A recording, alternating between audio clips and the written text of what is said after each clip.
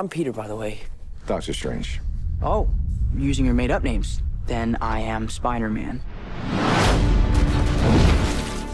Avengers: Infinity War is by far the most ambitious movie we've ever made. It really is the start of the culmination of, at this point, 19 Marvel Cinematic Universe films, and will feature almost every hero that we've introduced into the universe all in one movie.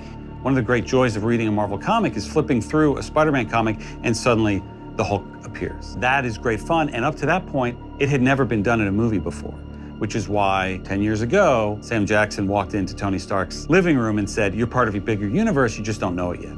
And now here we are 10 years later, and everybody knows it. Let's talk about this plan of yours. I think it's good, except it sucks. So let me do the plan, and that way it might be really good.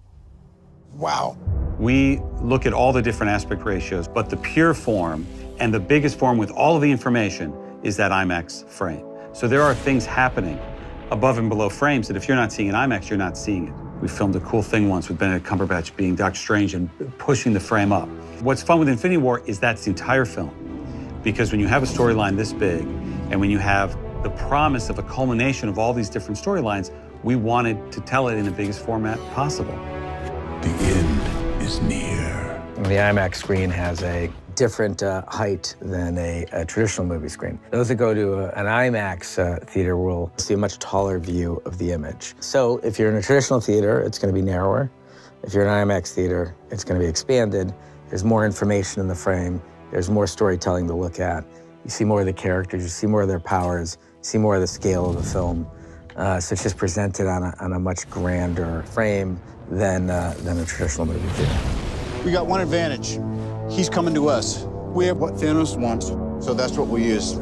We have characters in this movie like Thanos who are taller than normal human beings are. When you're framing those kind of characters in the same frame, it can become really challenging with a normal aspect ratio to like hold those height differentials in a single frame. And it forces you into certain angles and certain types of frames and lens choices. And having that extra verticality, like Joe was talking about, gives us a wider range of how we frame and how we shoot these characters, how we present them in the same frame together. When you sit in an IMAX theater, it takes up your entire field of vision. And you begin to forget that there even are borders.